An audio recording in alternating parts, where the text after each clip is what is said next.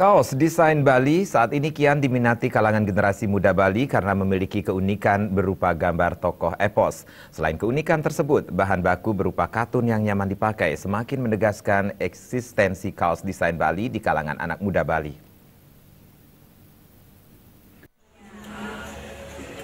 Saat ini, banyak distro yang menawarkan pilihan kaos-kaos yang digemari remaja, mulai dari desain metal hingga desain Bali yang unik. Kaos bergambar tokoh-tokoh unik Balinese Design, salah satunya terpajang dalam stand Denpasar Festival yang banyak diminati anak-anak muda dan remaja. Pemilik stand Bali Agung, Ngurah Alit mengungkapkan, diliriknya bisnis kaos bergambar unik ini karena tingginya minat anak-anak muda saat ini terhadap kaos bergambar ciri khas Bali dengan budaya Bali sekaligus memajukan seni budaya di kalangan anak-anak muda.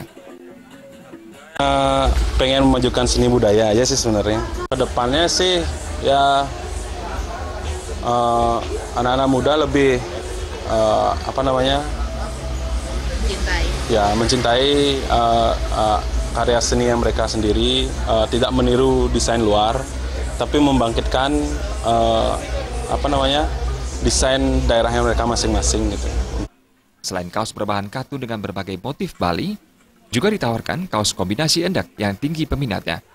Harga yang ditawarkan berkisar Rp70.000 hingga Rp250.000, tergantung bahan, desain, dan motifnya.